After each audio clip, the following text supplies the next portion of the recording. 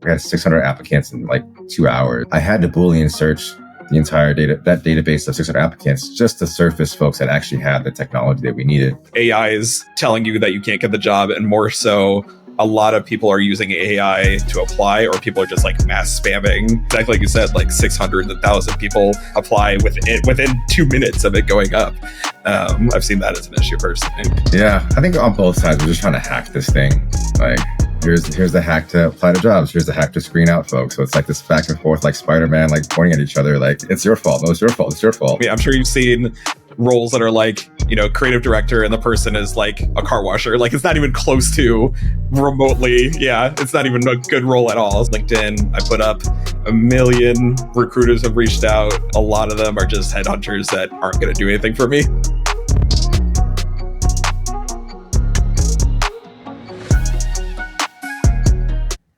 Hey world, welcome to Talent Roadmap, a podcast designed for job seekers in tech, and where myself, Henry, I interview folks in my network to capture their stories, advice and tips on their job seeker journey. Today I have Mitch, good friend of mine from Crunchyroll. We worked together about 5 or 6 years ago. Mitch is actually on the job search at the moment, so it's perfect timing for us to reconnect. I don't want to spoil all the details, so I'll pass off to Mitch himself to give a quick overview, share his story, and we'll go from there. Mitch, welcome to the show. Here, Henry. I'm glad to talk to you. It's been such a long time. Dude, yeah, it's 6, 7 years. Yeah, definitely going to catch up on this episode and learn about what you've been going through and actually where you've been and how you got to Crunchyroll, man. We'd love to hear kind of your origin story. God. Yeah, you probably know this as well as I do. We always had a phrase in Crunchyroll of fan of fans was like something we used for everything. And that's exactly my story. Like, I was just a fan that got into it. I would say my original start came from the Discovery Channel. When I came into the Bay Area, that was like my first like big boy job. And exactly what I was talking about, I was just a huge fan. Do you know like Phil DeFranco? He's like a big YouTuber, and there's like a couple other YouTubers back in the day. This is like 2016, so maybe you don't remember anymore. Yeah. So I watched a lot of YouTube and really liked their shows. And Phil DeFranco worked with Discovery Channel, and they like wanted someone to run their YouTube stuff. I kind of worked on his show a little bit, but I was mostly working on Discovery Channel's show. And that's where I met Jen, that we know from the audience development at Crunchyroll, and she brought me in. I was already huge. I did the anime clubs when I was a teenager and was already like such a nerd for that. I've always been a nerd for everything. So yeah, being in Crunchyroll just felt perfect. And I thank every day that I got to do it because I learned so much. I don't think you were my recruiter back in that day, but when I joined on, I was mostly doing social media for Discovery, and Jen was like, "What do you want to do?" And I was like, "I'll do anything. What do you want me to do?" She could recreate it as much as I can. As far as I've been told, she pitched me around to like accounting, to like HR, like engineering. I don't do any of that, but she was just like, we just want to have you. And I ended up on the my video cut out for me. I ended up on the marketing team, where I just got to be a generalist and just learn so much from being on that team. Man, so many questions. So were you sourced? Were you like headhunted, or did you apply to the role? And then second follow-up question: what does a marketing generalist do? Because I'm super interested in your world as big into LinkedIn content creation, big into kind of put myself out there. Yeah, would love to learn about that as well. Yeah, I mean, I don't know if it's technically headhunting, since like Jen just already knew me, and I think I saw the role, if I remember correctly, and I was just like, "What do you think about this, Jen?" And she's like, "Come over." So I think it was more just like her just getting me in as much as possible. So thank you, Jen. I appreciate it. But I already wanted to be there, and then I asked her because she had moved over there, and I was just like, "Hey, what do you think about Crunchyroll? Can I join?" And she's like, "Yeah." So did the whole hiring process, met everyone, and luckily got in. I appreciate it. As far as like journalist is concerned, you're just kind of a jack of all trades at that point. My background was full disclosure, I just kind of fell into social media. My degree is in journalism, so I was like writing for papers and stuff. Way back in college, I worked for Barnes and Noble, and they didn't have a social media page for their store, and I just was like, can I run a Facebook for you guys? And that I just made my own experience in that way. And so Discovery, I mostly did like YouTube, Facebook, Twitter, Tumblr at the time. It was really popular. Yeah. And then when they brought me into Crunchyroll, they wanted me to just do anything and everything. I don't have a background in email and buying out of home like billboards and like working events, which was what I ended up doing mostly by the end of my time there. I don't have any background in that at all. And they're just like, we need someone to do this, figure it out. So I did paid media, I did emails, I did literally anything they wanted me to do, any project they needed help on. That's why they threw me around to events. They threw me around to Verve when we had it, where they threw me around to everything, just because they like needed extra hands to someone that could take control of all those things. That's wild, man. Um, Really fun too. I think there's one question I want to ask about portfolios because as you're at Discovery and you were doing clubs and anime clubs in college and whatnot, and you contribute. At what point did you realize like, hey, I got to like start documenting all this shit I have? Not shit as in shit, but like really good stuff. Your stuff. How do you like? Do you build a website? Do you just categorize in a Google Drive at one point? How did you get that started? 'Cause that's super important. I think that's a big lift for folks in their career. When it comes to, because I've done interviews, I'm sure you as well, for like more of like the artist and creative side. I do have some video editing background as well, so they will usually put me on those. I definitely want to see a portfolio if you're like much more on the creative, you have something to visually show. When it comes to like marketing specifically and interviews that I've done, they don't really care to have a portfolio. I've seen people with websites. I don't personally have a website. I mostly just use my LinkedIn with my resume. I'll provide on my LinkedIn, I have links to like any websites I've done, any projects I have. I might have some decks on there that I've made in the past, but everything's just on there personally. There's when it comes to like marketing hiring, it's always much more like what have you done? So they want to see numbers. How many tickets did you sell? How many conversion rates did you do for a certain ad? They want to see like you can actually push the numbers, and they want to see the projects that you've done. I've done so many more things since Crunchyroll. I've worked for X Games for a little bit, so I have a portfolio there. I did a Netflix. I did the One Piece live action for Netflix for a little bit. I worked on Twitch homepage, and now I'm at MetaQuest doing their front page. So there's so many things I can link to and prove that I've actually done it, and that's enough for them, honestly. Gosh, it's been so long. It's been that long. Yeah. You touched on journalism earlier. I want to ask if you think that might be, you said like you didn't do anything in marketing in your career, but I think a lot of marketing is writing, right? So like, how do you think the journalism piece translated over to, kind of what you're doing, what you've done and what we're doing now? Absolutely. Knowing how to write ad copy is marketing. That is marketing, right? Like who is the best writer, who can convince people to purchase something, who can talk to the fandom the best. That is marketing. And I think that's at least my like strength is that I am a fan. So I know like, I'm not going to be fake about it. I'm going to actually tell what people want to see, and I'm going to bring them in naturally with what they want. Yeah, definitely. Every single time I even look for a role, even now when I'm job searching right now, they'll have like marketing or business degrees as like a requirement, but communications is usually on there. And that's what my degree is, like communication with journalism. Like that's the actual degree. So as long as you have something semi-related, it works. And yeah, I think writing is gigantic when it comes to marketing. Ad copy is everything. Nice, man. Yeah, I mean, I really appreciate you sharing that because I've taken some courses recently on writing and I just didn't know what I didn't know. Like writing is like once you kind of understand like the structure and the hooks and I just like being yourself and building a story into your writing. It's almost like that whole adage of like quality over quantity. Same with recruiting, right? You want quality over quantity there as well. And I just didn't know writing had to be a certain structure. So my eyes have been open over the last year, and it's like super interesting to be writing some LinkedIn posts. I'm thinking about doing a newsletter pretty soon.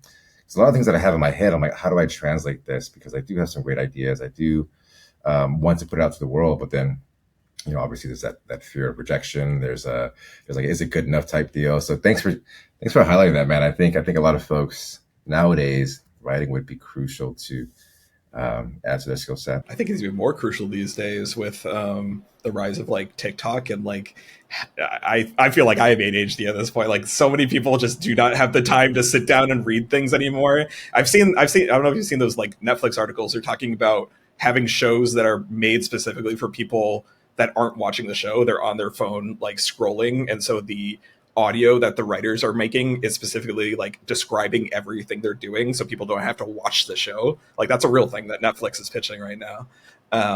So writing is so much more crucial. I say like having those click throughs of like shop now, buy now, like those have to be perfect. Your ad copy needs to be like 5 to 7 words max for like some of these like paid ads. Like you have to be very specific with what you want to do, and the English has to be perfect, you know.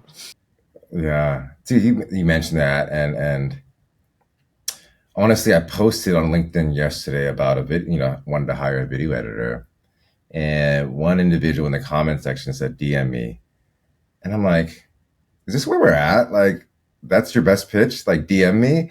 And then I went on Upwork and I posted a similar ad, and there was a guy who I was talking about earlier, wrote this beautiful cover, not the cover letter, but like this message like, "Hey, this is what I do. Here's my naming convention. Here's how I operate. Here's my real," like everything was just like capturing my attention. Professional right there. Yeah. Yeah. And I was like, this can't be real. Like the technology and the tools that it was pretty just really well written. And we're meeting tonight at 9 o'clock, and I'm excited to kind of chat with him. But to your point, like, it sounds so weird. That whole like audio piece that Netflix is pitching, I want to say like it doesn't pertain to me, but I think it does. Like, oftentimes when I'm on my phone, I want to listen to this like, actually, I'm watching a Kit Convert Kit demo video right now. It's taking me 4 days because I keep pausing it and stuff. But I'm like, maybe I'll just play it in the background while I'm washing dishes, and then that leads to me getting on my phone, and that leads to me like doing other things. So I guess that's where we're at nowadays. Can you talk more about like the future of like marketing and Oh God. things that you might have around that and the AI piece?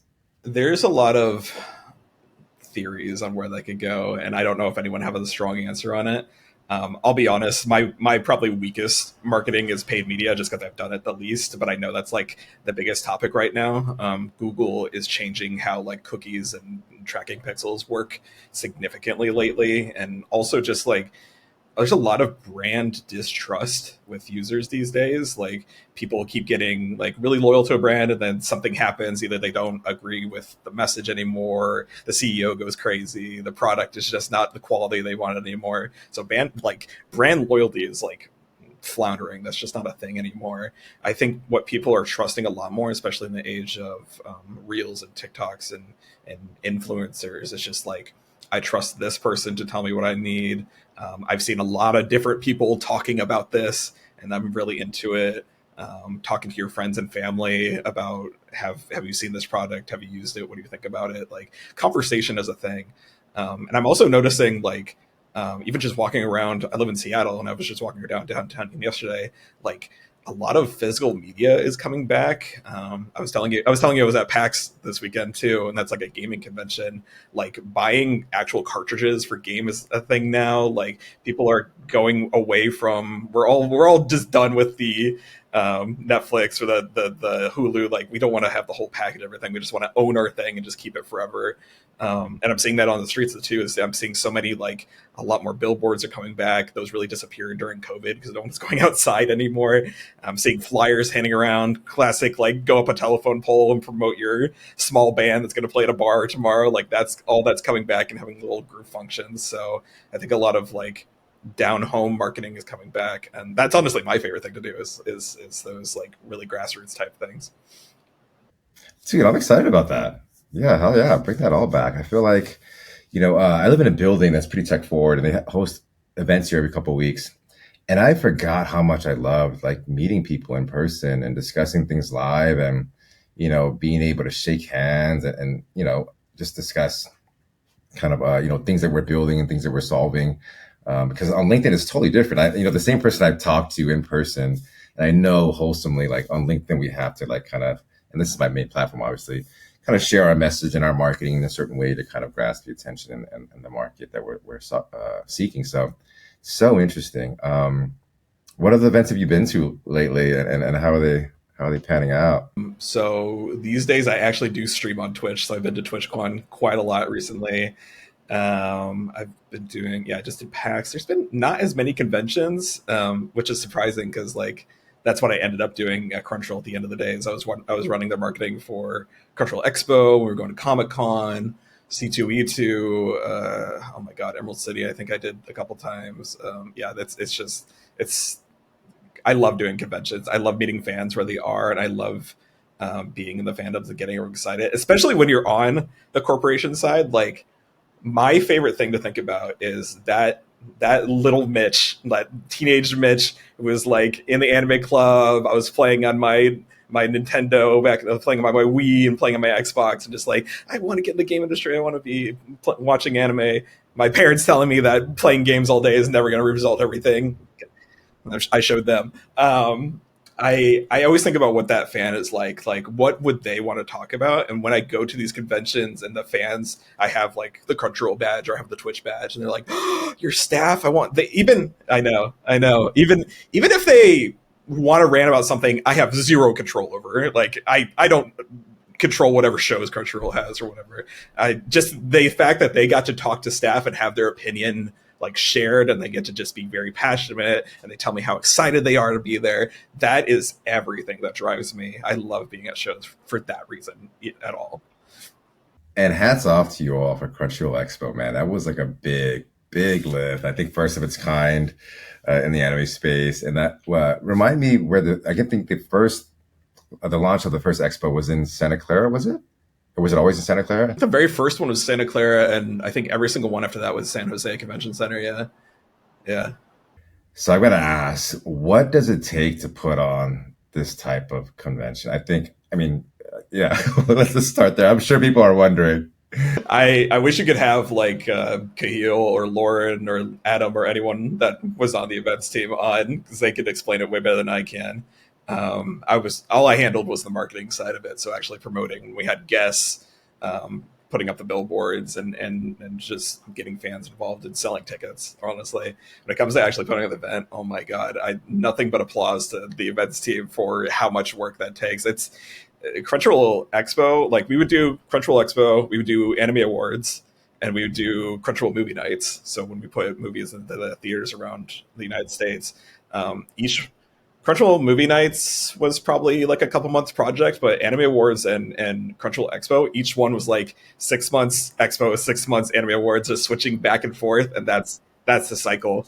And I'm sure they're kind of crossing too. I'm sure they're like booking sites while we're at the Anime Awards show. Like I'm sure there's crossover there as well. Yeah, now that I think back, they were always on. Like I was like, hey, what's going on? Oh, still working, still working. Got a meeting to go to, and it's like, I never, I think like most of us didn't really truly understand all the work involved behind the scenes. So, Kihio, Lauren, if you're watching, thank you guys. I'd love to have them on here for you. Yeah, it's they're doing Crunchyroll Expo Anime Awards, which are giant events, while also going to Comic Con and also doing all the other anime shows around the United States. I truly don't know how they do it. I was exhausted just doing the marketing section of it. So yeah. And I had like me and Stacy or me and Eric at the time too. Like we had a team to just do marketing, and it still wasn't big enough. We still needed more.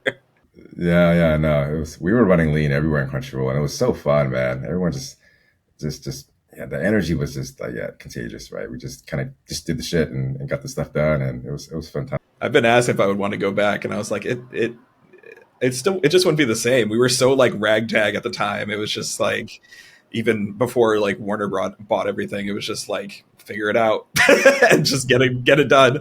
And we were very. It felt very much like a small indie studio, even if we had millions of dollars to do things. It was crazy. It did, yeah. Seeing Kun walk around and yeah, it was different. We'll just call that it was different. Both offices in Westfield and then the new one on Bush Street, both had their own like personas and identities and like unique qualities. But I love going to work and being in the office. But we can go down nostalgia lane a bit later. I want to ask you about your early days, man. So not just career origin story, but like where'd you grow up? How did you come across anime? Because you were in anime clubs. What made you, getting into video games. What was that like? And yeah, let's talk about that. So I'm originally from Chicago, but mostly lived in Michigan. My family moved all over the Midwest, so we've been everywhere. My sister's still in Chicago, so I go out there all the time to visit her and stuff. But yeah, I mean I was just always with the nerd crew in elementary school, high school, didn't matter.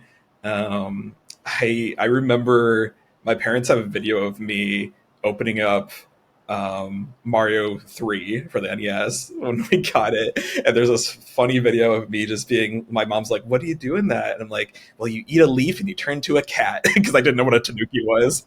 Um, so I've always been a gamer. And then anime, I think it was probably like, definitely the Miyazaki movies were like becoming a thing, like in when I was like in junior high and high school, and then Toonami, Adult Swim and Toonami, obviously watching Dragon Ball, Yu Yu Hakusho, anything that was on at that time, Cowboy Bebop, Samurai Champloo, like those were what I grew up on. And I know you probably know this as well. There was always that like subs versus dubs in the office too. Crunchyroll was kind of more subs because that's what we had, and Funimation was more dubs. I was never either side because I also grew up with like Pokemon and Digimon, which were in English, so it didn't matter either to me. But yeah, I've always been a nerd and always like those dorky things.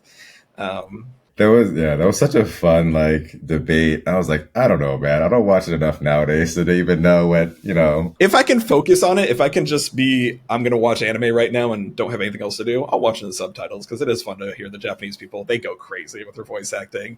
If I'm if I have it on the side, if like you were saying, you're watching a YouTube video, I'll put it on a dub because I can't read a sub and also focus on my work at the same time. So yeah, depends. Gotcha. All right, man. Well, thanks for sharing that. Fast forwarding to your current role at MetaQuest, can we talk about that? What does the role entail? What have you done? What's maybe a couple highlights and favorites? Yeah, so I think a slight backwards. This is why you have an editor. All right. Yeah, a slight step back. I worked at Twitch for a hot minute right after Crunchyroll, and I ran their front page. So whenever they did promotions with Xbox or Nintendo or Games Fest, E3, those kind of things, or if they wanted to promote certain creators that are streaming on Twitch, I ran their front page and built out the promotion schedules and made it look all fancy. So that kind of led me into MetaQuest. I run their store page now. So my job title is a curation campaign manager. So think of like when you watch a show on Netflix and it's like, you watch this, we recommend these things based on what you think. I'm doing that for their game store. So I build out, here's all our horror games that we have for Halloween. I'm building on that one out right now. Here's all our action games for people that just want to shoot guns and blow up things, like curating experiences for people that actually want to find games in the store. Yeah. Is Apple Vision Pro on your radar? Is that team? I I cannot speak what Meta thinks about it. And I'll be honest, I'm insanely siloed into just working on the store, so I don't know what they think about the competition. I think they don't think it's much of a competition, honestly. I don't. I have not used the Vision Pros personally. I don't think there's many games on it, and if that's what we're actually like going after, it's probably not a big deal to them. But I don't know. That's my personal opinion. I like it for like the immersive like I don't know, spatial, what do you call it, theater mode. That was cool. I didn't see a much use case for myself on the compute side. So anyhow, I was just kind of curious, being that they're both like headsets. AR is definitely a huge thing, which is like that uh, uh, where you can like pin like screens on the walls and like everything looks like it's all around you. It's like Minority Report, but in real life now, right? Um, that's definitely a huge thing, and lots of people obviously use like the digital desktop to like work, watch a show and work, and people, you can connect your keyboard to work with your headset and everything. Like you can work that way if you want to. So that's definitely a thing. But I'm, as the nerdy guy, I'm more focused on the gaming side of everything for sure. Yeah, there's like Quest for Business is like an actual thing that they advertise. So yeah, I think they have like Word and Excel and like Airtable. I think there's a million other programs that are on there. Yeah. Oh, interesting. Oh, good to know. Okay, cool. I'll have to check it out. Before I forget, I wanted to maybe discuss your career timeline, like how you got your first job. Was it a cold application? Was it a referral? Was it, you got source? And then from then on, like how did you get each individual role? What did your job search look like, the interviewing processes, and how do you kind of show up to these things? Because I know interviewing is really, really difficult for folks that one haven't done it before or haven't done it in a while. It's just so nerve wracking. So if you can kind of walk us through your career, how you got your roles, that would be kind of cool. Crunchyroll is the longest I've ever been at a job, and that was 4 years. So I'm always on the job hunt and searching. Um, my very first time when I applied to Discovery Channel, I was fresh out of college, and I kind of did a shotgun approach of just like, I'll take anyone that wants to hire me. I don't have a job. I'm just working at Barnes and Noble. I'm just a cashier. So I'm like, I'll go. I applied to New York. I applied to LA. I applied to San Francisco, Seattle, Chicago, like anywhere that would take me. And luckily, I got to a place that I actually really liked. So I think that can work, but I'm seeing at least nowadays, and you're the recruiter. You can tell me if it's not. It seems like a little more like structured. I really want this. Kind of customize your resume to specifically the role itself, and your copy and your cover letter to the role itself seems to be a little better approach. Majority of the roles that I've gotten have been referrals or knowing someone and being like, hey, can you put in a good word for me if I apply for this kind of situation? So definitely network and build that network as much as possible. So funny you mentioned that because everyone that I've interviewed on this show has mentioned the same thing. It's like I did good work, or my first role I had to really go get it, and then I just built a reputation of being good at what I do or great at what I do, and just kept in touch with people, kind of like what we're doing now, 6 years later. But even if not live or on a show, like through LinkedIn or through messaging or through just groups.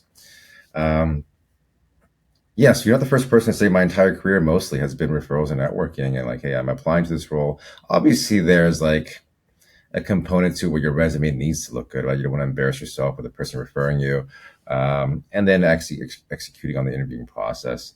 Um, but to your point about like fine tuning resumes and cover letters, gosh, in the last, I'll say 6 years, post Crunchyroll, I worked at a health tech company. I did some freelancing, and I worked at two AI companies.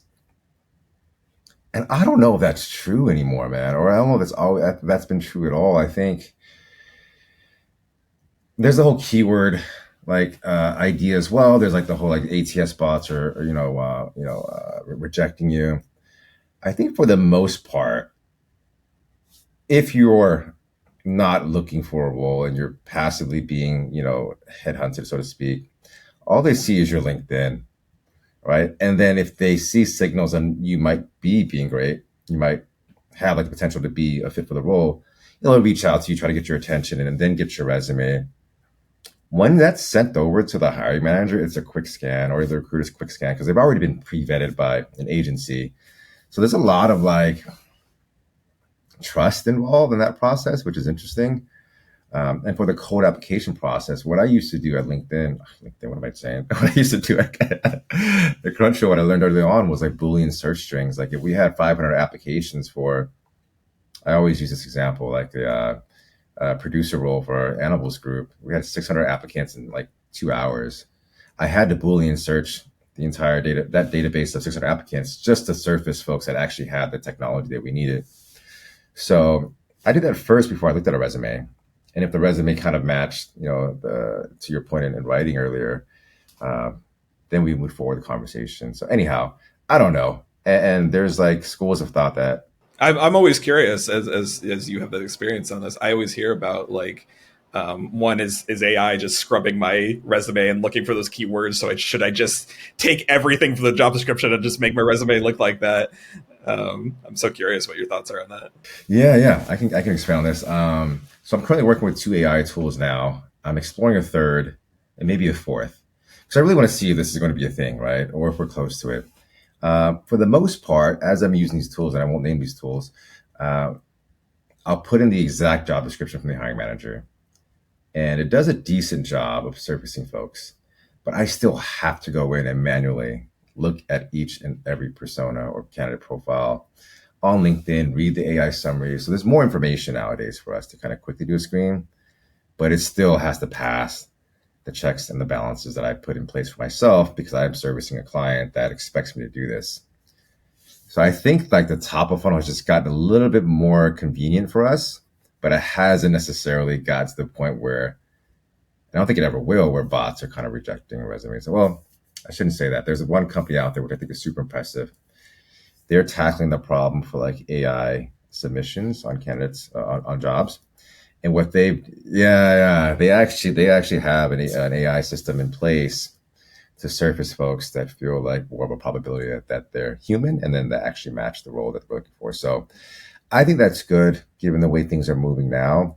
But there's always still going to be the outbound sourcing aspect of finding the person on LinkedIn or GitHub or Dribble or Behance, reaching out and offering a conversation.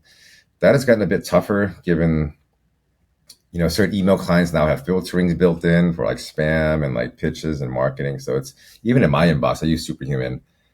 People are reaching out to me often and pitching jobs and all this other stuff, and it'll automatically tag pitch, and I won't even look at it. And it could be an opportunity. So like things are getting kind of gated nowadays. But I'll end with, yeah, it's not perfect, but I'll end with a comment on resume specifically. There's a guy named Sam Struan on LinkedIn who I follow. I've actually met with. He was on my podcast. He has a very good approach on how to structure your resume. Because once it gets to my desk or my inbox, once it's on, my eyes are on it, and it reads well, and I can understand the position, the company, the industry.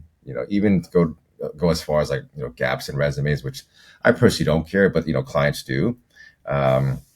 He actually has a really good structure on how to get all this stuff done and convey and communicate your resume really, really clearly. I recommend him to anyone that comes to me for like work, because I don't write resumes. But yeah, there's ways we're working on it as an industry and as like recruiters. I just don't think there's the whole bot idea, the whole ATS rejection. It's just a game now. Yeah. I do, because I am job searching, I do get like recruiter TikTok a little bit, and they're just giving out some tips. And that's what I've heard, is that like the idea that AI is the one rejecting you is not necessarily true. Maybe some people just have really terrible resumes and AI does kick it out. But it sounds like less of a problem is AI is telling you that you can't get the job, and more so a lot of people are using AI to apply, or people are just like mass spamming roles with AI. I've seen some roles, exactly like you said, like 600, 1,000 people apply within 2 minutes of it going up. I've seen that as an issue personally, but Yeah, I think on both sides we're just trying to hack this thing. Like here's the hack to apply to jobs. Here's the hack to screen out folks. So it's like this back and forth, like Spider-Man, like pointing at each other, like it's your fault. No, it's your fault. It's your fault.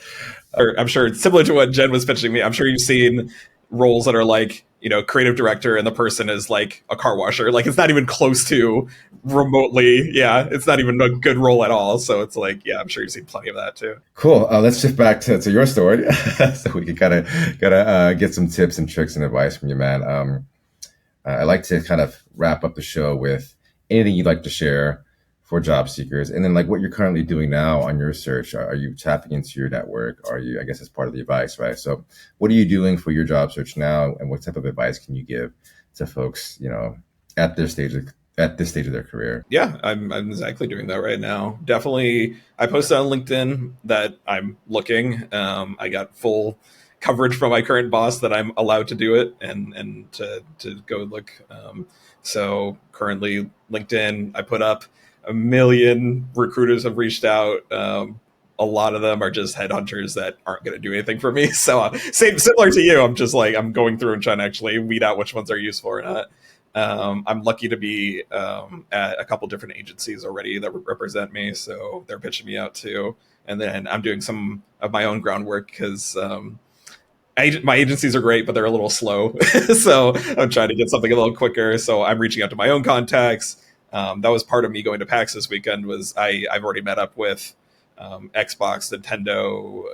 I talked to the new guy. I talked to a new guy that I've never met before at Atari yesterday. Just trying to make any new connections, even if it's not for a job. Just meet new people, get to know their story. We can always make connections later if something comes up. I never see anyone as like they are my job. entrants, or I'm going to use them to get in. I'm always just looking to meet new people. I love looking to meet new creative people. I love people that are really inspired and similar to me. I want people that are really passionate about what they do, and that drives me to be like, wow, they really love what they do for their job. I want to do that. Like that's I'm always looking for that kind of thing. So if I meet new people and I can tell right off the bat they are like they want to just absolutely go on a tangent about how excited they are about whatever they're working on, that makes me want to be there. So yeah, there's no right way to get a job, right? There's so many different ways to do it. So a little bit of everything these days, honestly. And I think that's the key, right? Like you have these agencies working for you. So that's like a parallel service in the back end or the background. You're doing active work on the ground. You're networking. What tools are you using? Are you using like Simplify.jobs? Are you using Teal? Are you using anything out there outside of LinkedIn? I would love those applications. I've never heard of them before. I personally, when I do just like cold applications, LinkedIn, I do have like alerts for. I used to use Glassdoor. I don't. Besides looking for like salary negotiations, I don't use Glassdoor much anymore. What else have I been using? There's a lot of different jobs, a lot of like remote and like nomadic specific jobs too, because I do like being remote. I love working from home and doing that. So trying to find those, and then also just like at least in this job search, it's been a lot of just like cold calling in the sense of like I have looked at the companies I like.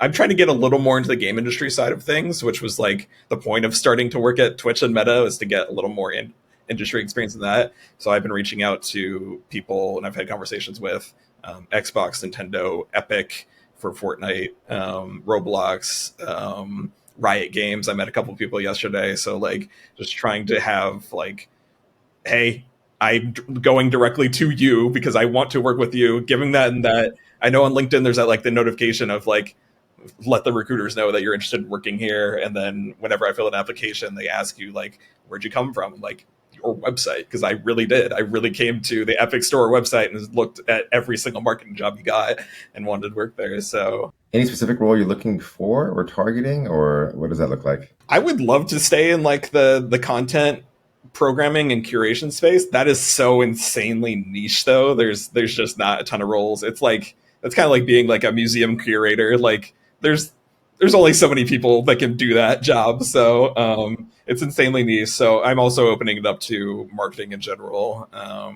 Probably a little more. I've been doing a lot more influencer marketing on the side because that's who I've been focusing on. But my favorite things are events marketing, journalized marketing. I've done paid media. I've done email. I've done out of home. I've done literally everything. So if I see any of that, I've applied to a couple different jobs that are like product marketing, which I've never done before, but I think is very similar to what I could do.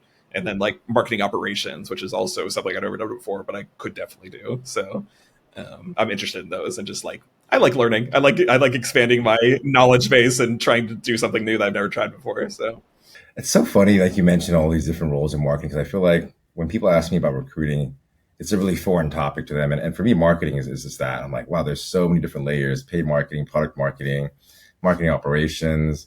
You mentioned events marketing, and then you mentioned content programming. I'm like, where does this all live? Where does this all live in the ecosystem? And when I explain recruiting in the same way, like there's sourcing, there's recruiting, there's recruiting operations, there's recruitment marketing.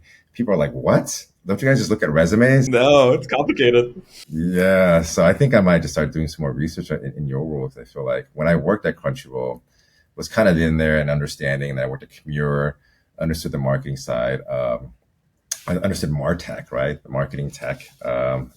All new to me when I worked at Comure, and I realized, wow, this is such an interesting space, because marketing is converting users at the top of funnel and then handing off to sales, what I'm assuming, and then there's this whole site life cycle of I can get nerdy about like using Salesforce or like behind the scenes, like data analytics, checking conversion rates, actually using like our sales operations to the difference between a lifecycle user versus an outsourced user that you're trying to get into your funnel. Like that's a whole nother podcast in of itself. But yeah, there's so many, even just on the technical side. I think that's kind of what marketing operations is a little bit more of, like looking into those tools like Airtable or Salesforce or anything that you can like get your team operating more functionally and more efficiently, and try to find customers better, and try to get more data that you can have. Data is king these days, so trying to use every source you got. Data is king reminds me. I have a friend that works at King Games, so maybe I'll make an introduction. Not that you are targeting them, but that came to mind. Awesome, man. I think we're at a good point here. Is there anything else you'd like to share? Last 60 seconds, passion, hobbies, anything you like to the audience here, then we can kind of I have been kind of combining my love of anime and gaming by streaming on Twitch these days. So if you want to hang out with there, P2 is online on everything. I look like an anime stoat boy, so I don't look like this. I do VTubing these days. So if you want to find me, that's what I look like. But then I just was very excited to hang out with you, Henry. I really respect what you do and love talking to you. And I think you're super smart when it comes to knowing these databases. And then anything I can do to help people trying to get into the nerdy gaming anime industry or marketing industry in general, I think I'm always in support of that. So thank you for giving me this opportunity to share my story. Yeah, no, man, this is so awesome. I feel like some of these conversations just happen to come across, our LinkedIn posts and profiles and messages. So I'm so glad you reached out and said, hey, I'll do it. I was like, yes, I need a new guest, and good to catch up. Thanks for all like the sound advice and sharing your journey and your story. P2 is online. That's if you want to find me anywhere. Yeah, I am like not even on Twitch, but I would join or make a profile on Twitch and watch you stream, man. I think that'd be kind of cool to experience. It's such a different world, dude, but it's so much fun. It's just a hobby. I don't really make any money off of it, but it's so much fun. I love doing it. So. Well, thanks for your time. This episode will go live very, very soon. Looking forward to hearing the feedback, seeing the feedback. And if you guys are out there watching, please reach out to Mitch. He's, as you can tell, super friendly and loves to share his knowledge. Please hire me. Please do, so I can get him back at the show. We'll get him back at the show for like a success episode. So, Mitch, thanks again, man. We will catch you later. Thanks, guys.